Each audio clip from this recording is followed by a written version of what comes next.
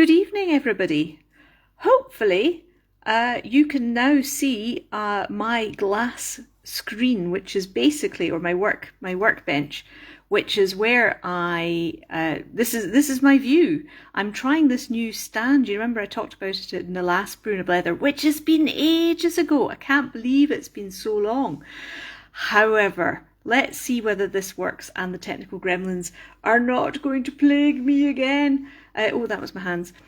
So hopefully, as always, I'm not just chatting away to myself. I know it's been like at least a month since I last did a Brew and a Blether. Sorry I never got around to rearranging the last one. It's been a weird month. It's been a really weird month, and being scooting about here, there and everywhere. I was down in Norwich and Ipswich last week, and I'm going to be up in Glasgow visiting my dad and seeing Jacqueline tomorrow. So let's see how it goes. And I really don't have a plan for tonight. I was really wanting to do another Sugar Mouse because I've not done one for a few weeks and I'm really missing them. But I'm not sure whether the new setup will actually let me do it and get as close to the Sugar Mice as I need to see, basically, because it's very fine work. Anyway, welcome to everybody who is on the call. Can you all hear me okay? Can you let me know? Add a comment, because what's happening? Dawn's here. Hello. And Pamela, I think you're watching. Excellent. Apparently I can wave at you if you want. Lorna's here too. Hello, Lorna. Very good to see you. Hope you've got your Care Bears mug with you. I actually have a glass of water tonight, not a cup of tea.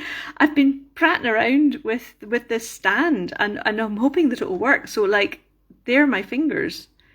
So yes, let's look, without further ado, because the good thing about this stand, right, is that I can actually see your comments as well, because I'm doing this on my phone rather than on my on anything else, on my laptop. That's what I was trying to say, in a sort of a weird sort of way. So, and I know that Dawn had suggested doing a Sugar Mouse with butterfly wings, which is a lovely idea, but it would take such a lot of time to make up a butterfly cane. I could do them with the little acetate wings, I guess, but really, oh, Dawn, excellent, thank you, brilliant, you can hear me, brilliant. And I think Tabitha was here too. Hello, Tabitha's who's making the most amazing cases for the Squeak Show. Yay! And I'll be doing the auction. Oh gosh, right. So that's another thing. I'll just quickly catch up and then I'll get on with making things. Making wee creatures that are not things, I should have said. Sarah's here as well. Hello, Sarah. Have you taken time out from work, or are you off work at the moment? It's lovely to have so many here, and always a pleasure to speak to you. I mean, I know I've been a wee bit sort of terra incognito of late, and it's just been real, just getting diving up and down the country and then trying to catch up with work. So we have Christy here from Los Angeles. I love that the wee creatures are so international and cosmopolitan. It's just, it really does go to their head. Anyway, we're all sitting here and you're kind of looking at a bit of a blank where I work. So, I was going to make, so I was thinking about doing a little Sugar Mouse, a little embroidered Sugar Mouse. And I made a start.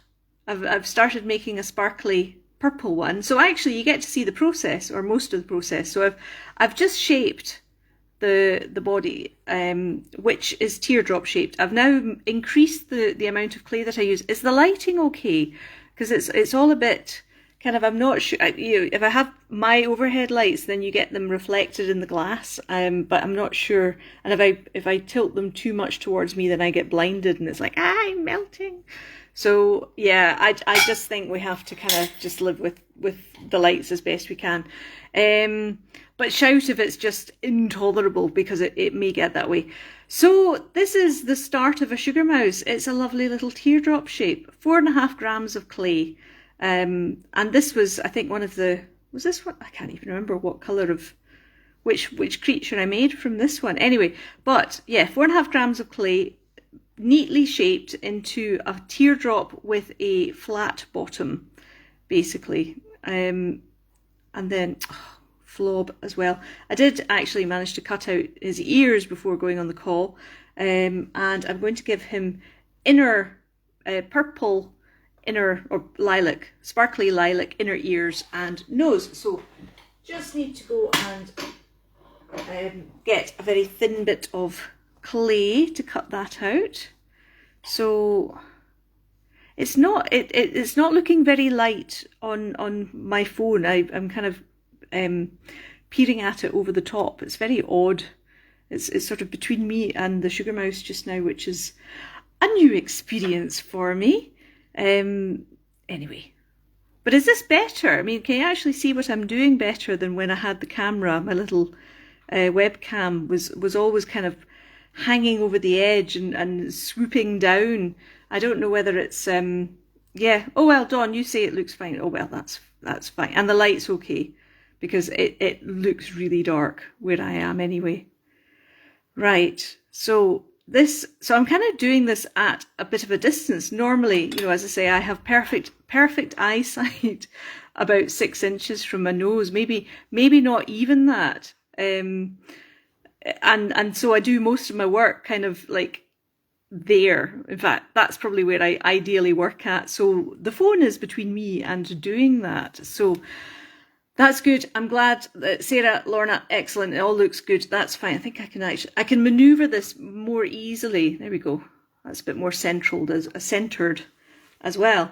Right. Okay. Well, let's just get on with the Sugar Mouse anyway, as I'm kind of reaching awkwardly over over this stand. I really hope it works. You know, all these years I've been sort of trying for the perfect quest for doing these. Well, not all these years. It's probably only been in the last couple of years. But you know, it's always, it would be better if I found a method and stuck to it. So what I've done, I've just marked where his eyes are going to go. And they're much closer to the point than you would perhaps think, maybe. Oh, good, it's perfectly visible. All right, it must just be me and my angle. Thank you, Christy. Yeah, because it looks so in shadow where I am. Maybe when I look back, no, I never watch them again, you know. Well, occasionally I will do. Right, I'm just getting a tiny bit of clay for the nose. Not as tiny clay as I make for the Sugar Mice, but hey. And as I say, I'm kind of doing this at slightly arm's length compared to what I normally do. But it will give you more of an idea of what I see, I guess, when I'm making, instead of it being at the side. So that's his nose on. And now I need my little 2mm beads. These are black onyx beads. They do have a hole going through them, as most beads do. They're not holeless beads. But the way that I put them in, I pick them up with blunt nose needle pliers. I'm sure I've said all this before umpteen times. Do forgive me if I'm repeating myself. And it's a case of trying to find 2 beads pretty much the same size. And again, I normally do this with my nose just about touching the palm of my hand. So it's very strange doing this at a distance.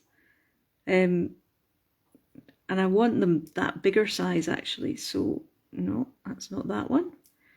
Welcome to my world where it's basically spending half the make time trying to get the right size of beads because, oh, and then not doing that, where they all sort of scatter. Mind you, I have had, as I'm sure I've said before as well, I have had a few occasions where I have just scattered them everywhere. And, you know, and they're not, you know, they're fairly cheap, but you don't really want to throw them away and have them all rolling about on the floor. That's not really the done thing. Right, so I've captured the bead with the, you know, on the hole, basically. And then I make sure that I put it in perpendicularly to the eye. And by doing that, it means that only the flat surface, or well, rounded non-holy surface is visible. All right, okay. And all the creatures, they just look very, very odd until their eyes get pushed in, basically. They just, it's the pushing in of the eyes which really makes a difference. And again, doing it with a ball shaper, got to make sure that I don't push it in so far that it touches the edge of the clay, or else it will mark it. And by pushing them in like that, that actually creates the eye socket for the beads as well. So all of a sudden, I have a little earless sugar mouse, basically. Right. I don't know how much, I don't know where I'm going to go with this wee mouse. I really don't. As I say, I was kind of just more interested to see how this stand works out.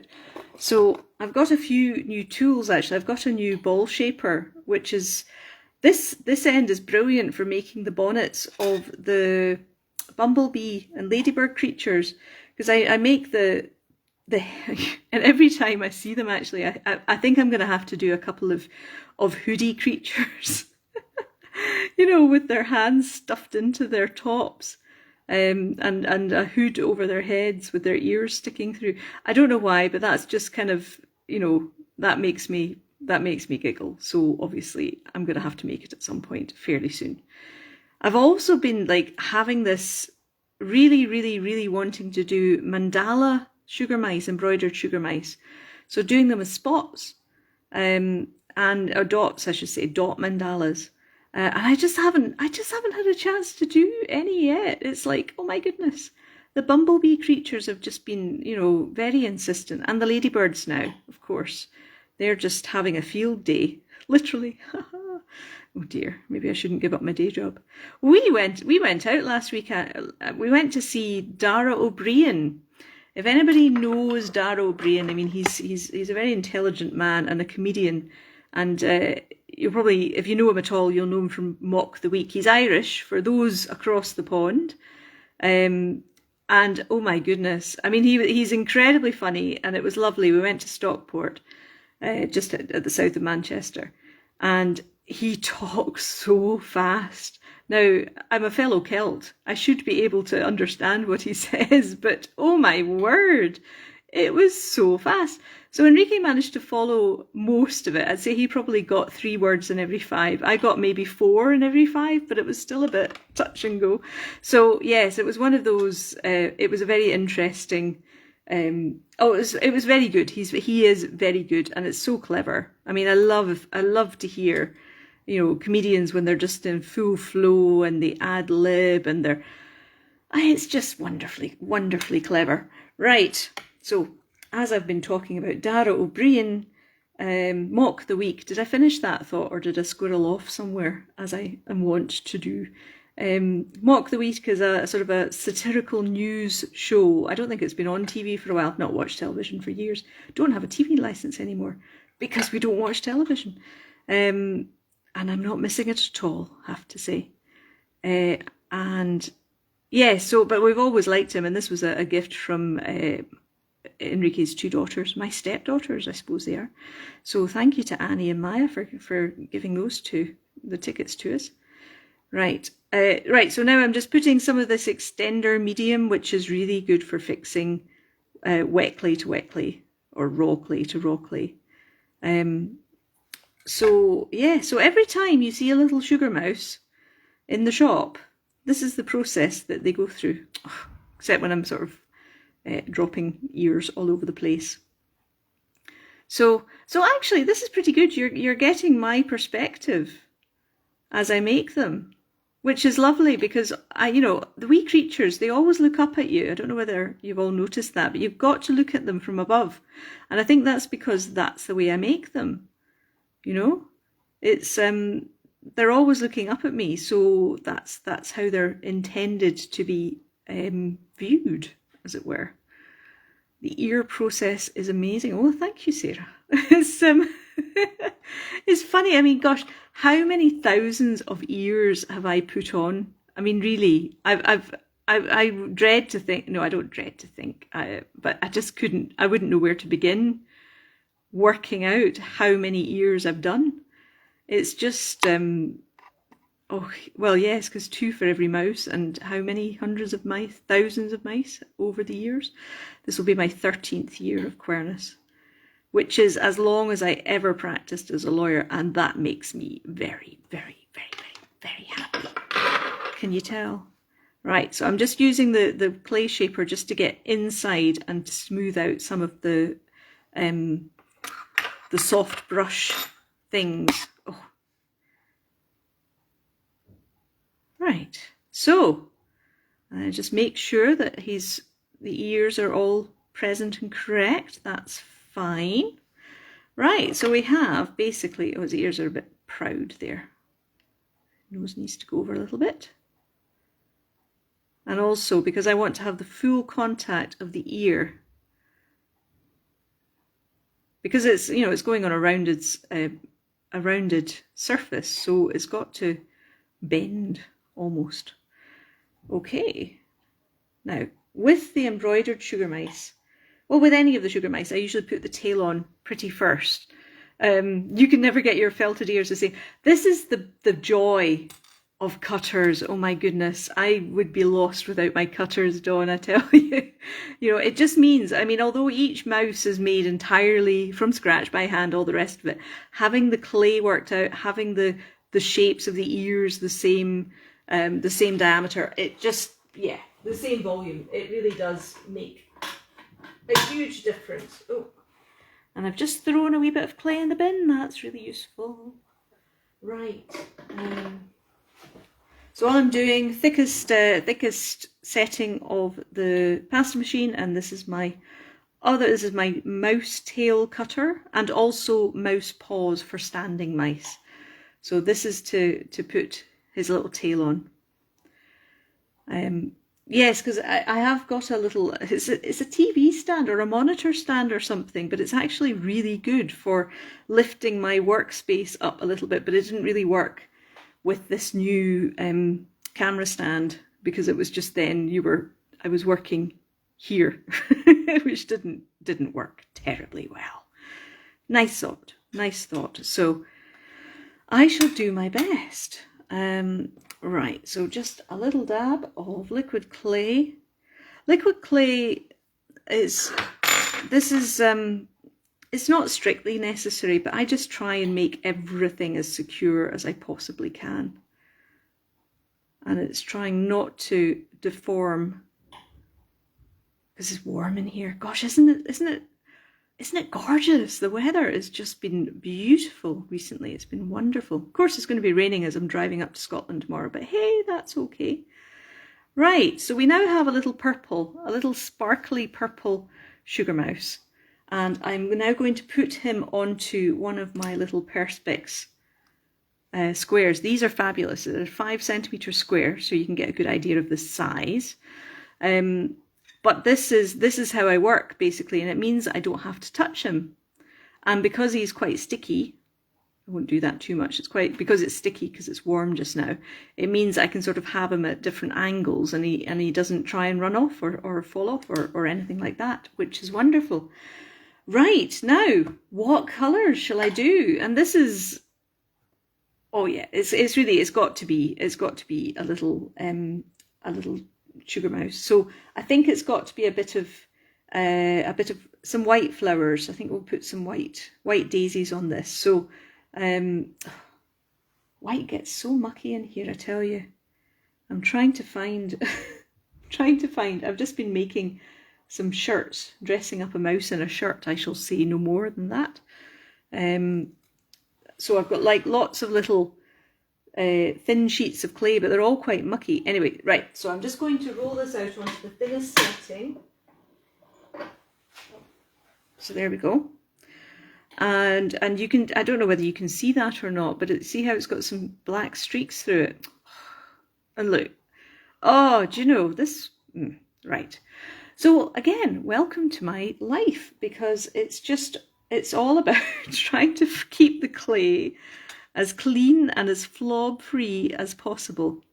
But I want to make a couple of daisies on this one anyway, and so I'll make them white. Whether I do, maybe I'll just do a sort of a white and a lilac, you know, sort of different shades of purple. Interesting. Well, I like using what's to hand, and it's quite amazing that my my workbench looks clear. Let's see, I can tilt this up so you can see all around the outside how messy it is. But here it's very clear. So yes, it preserves the illusion of loveliness. Right. Okay. That'll do. I can work around that basically. And I'm using this. Now, have I talked to you about this tool yet? For those of you who use polymer clay, it's brilliant. Caroline Dixon, thank you so much. She put me onto it. It's called a pack pen, and it's by a polymer clay artist called Agnes Horvath. And it's a 3D printed cutter, basically, a plunger, where you can cut out circles and everything. And it's you can interchangeable nozzles, so you can change it for different shapes, and they're all very, very, very small. So I like to use these just to make sure that I have the right amount of clay for doing flowers, petals. Obviously they get reformed once I've cut them out, but at least, again, it makes sure that I'm using the right amount of clay for each of the petals. Now, what I normally do, and of course they don't all come out when I do that, so this is where it all gets quite fiddly. What I normally do is actually, having taken this tiny, tiny little circle, right, so you can see the size of it there, right, pretty small dot, it's quite thin, it's not as thin as it needs to be, but if I just use that actually makes it quite a big daisy petal leaf, right? So if I just roll that, oh, where's it gone? There it is. Yes. They escape, they do, they escape. And so what I'm trying to do is just very finely roll it so that it's pointy at either end and a bit rounded in the middle. Okay, so I've kind of done that, and then actually I usually use a needle just so that I can pick it up, right? But you see, it is actually quite large by comparison to the sugar mouse. So what I will do with some of these is actually cut each of those little discs of clay. I'll cut them out into smaller, cut them into half, so that then I can make smaller flowers, and I can have different sizes, but they will be, again, in proportion. So it really is a question of trying to make sure that each of the petals is the same length. I mean, I'm really looking forward to getting started with all the bouquet, the wedding bouquet things. I mean, I don't know where's this year going? Has anybody got any idea? Because it's just flying by, and I just don't seem to have done half the things I want to do. So I think I'm getting better at rolling them out to the right, so that they're not too long and they're all quite uniform. It's harder than you think. It's harder than it looks, baby. So, and of course I'm doing this at a distance. She says, getting a bit distracted.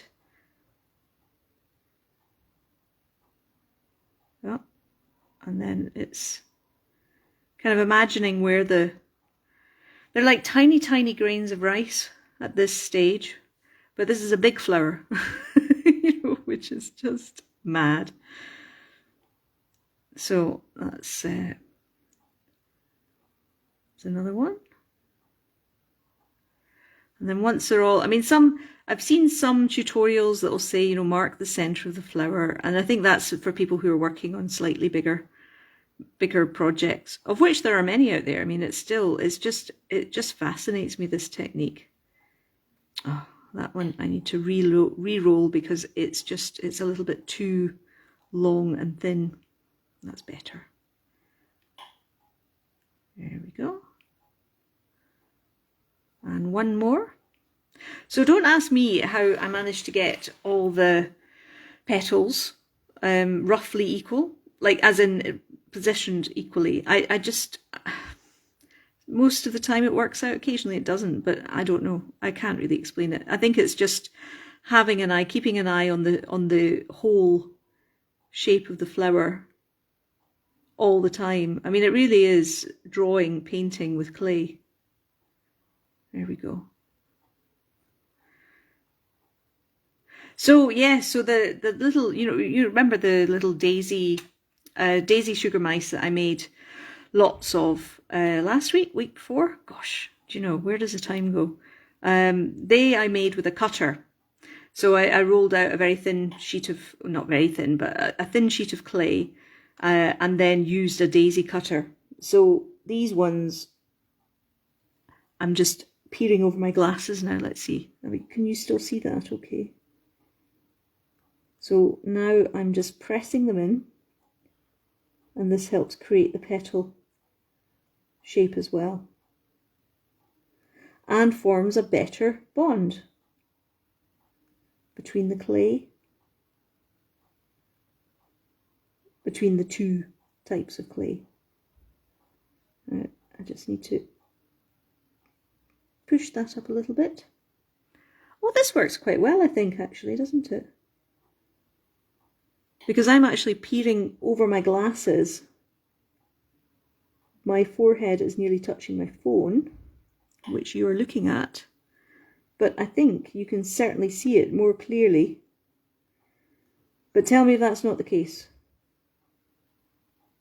Oh, you see, that's, the circle is not quite perfect, but hey, adds to the perspective. Right, okay, so I'll show you what it's like doing half sizes of these. So this is where the pin comes in handy for picking them out of the where I've cut them. In an ideal world, they would all just lift up and come out cleanly. Some do, some don't. It's a bit of a pain. But hey, it's good fun. It's very addictive. And you know, it just feels really good to get back to making them again. Oh, right, okay.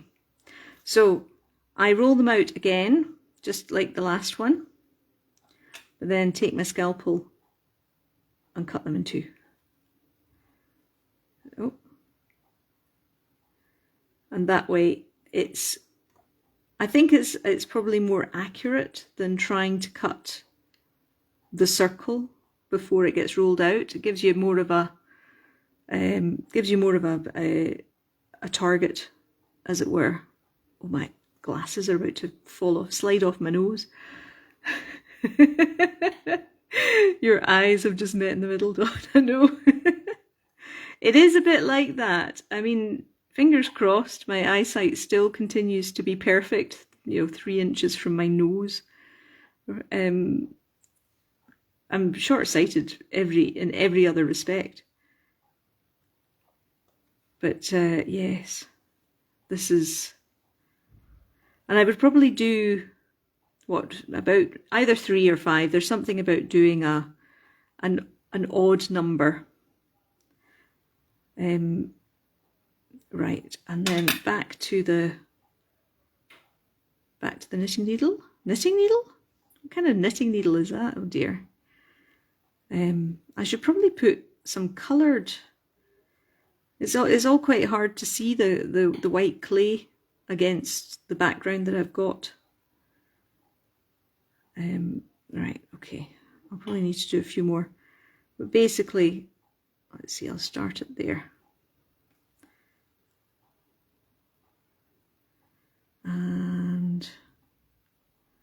And it's exactly the same technique as I used for the larger leaves, but just on a smaller scale. Oh, I'm going to have to lift this up so I can see it with my good eyes, as it were. And of course, I've just scrunched up a few there. Oh goodness.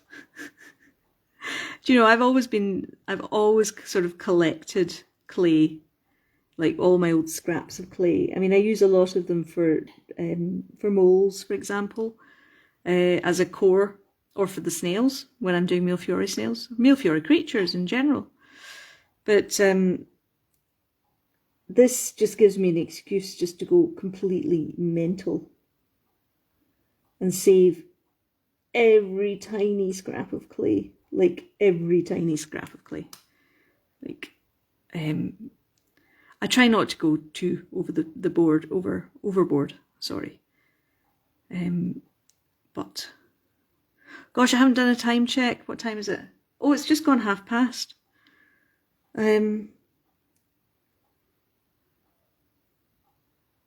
This is probably why I haven't. Oh gosh, it's probably why I haven't done any for a while, because I do get lost in them, absolutely lost in them.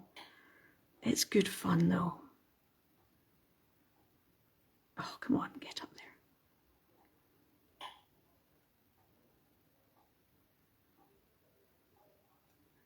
Right.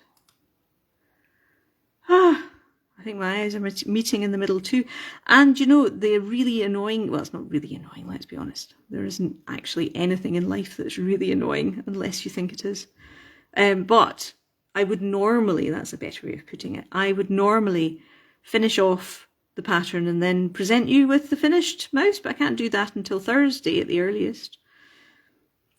Well, I'll just have to do it on Thursday. This is slightly more higgledy flower because I'm not really, I'm not doing it at the right height for me. Don't fall off, little mouse. I'm sure that there's a name. I'm sure one of you green-fingered people will tell me what the name of this. It's not really daisies because they're a bit too pointy. The leaves are petals are a bit too pointy. I need to do one more, which is here. Roll it out, cut it in half.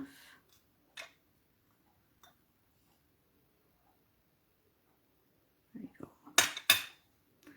And yeah, so I'll just have to finish this when I'm back in on Thursday. Which is, I mean, the clay will be fine. I mean, he's just going to sit there patiently waiting for me. There we go. And if I ever need to move the clay around, then I do love my little clay shapers. They are one of my essential tools where I can sort of gradually, slightly move them in. This is actually quite a good tool for flattening the petals, bringing them in, evening them out a bit.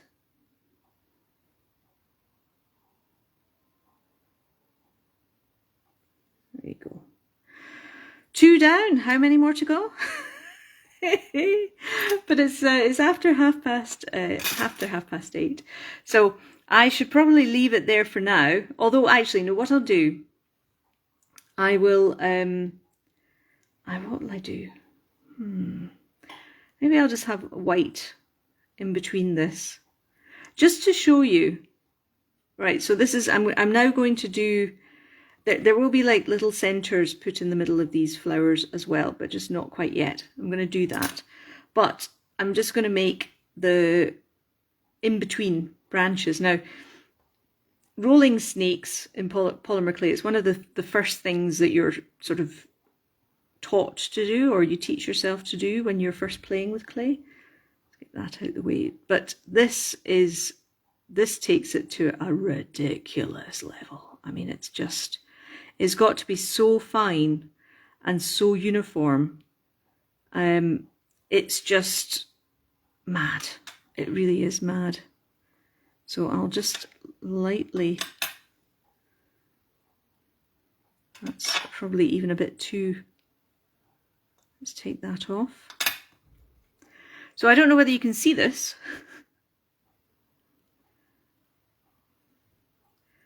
but I'm going to just have,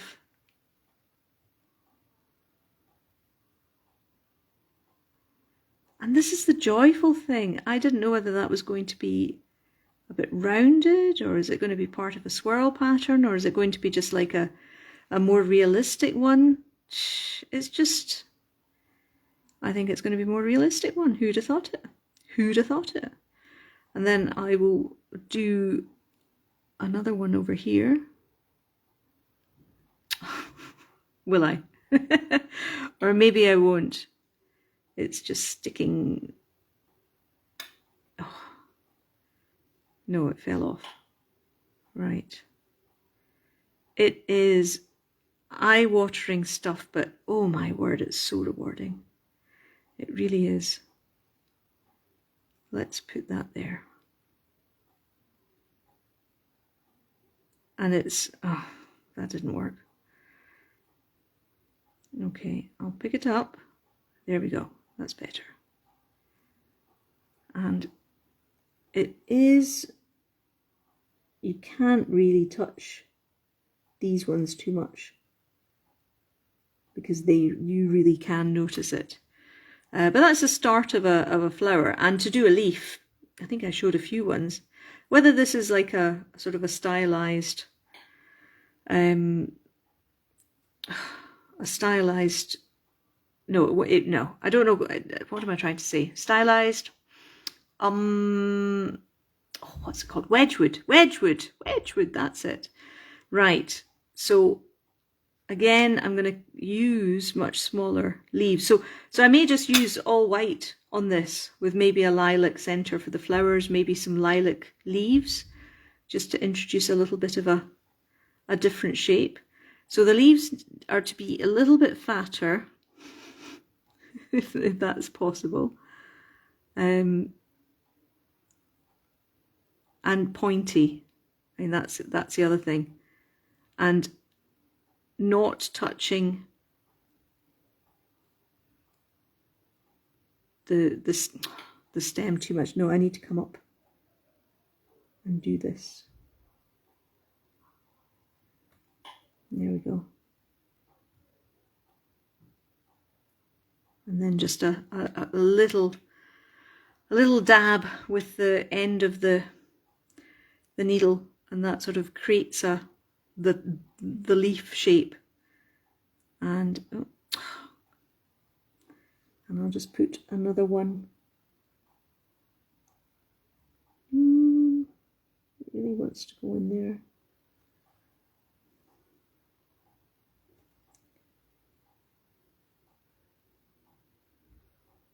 There we go. And I think one more. I'm going to do this a bit more freestyle, just with just a little sliver, because the top, the top leaf at the end of a twig will be smaller again.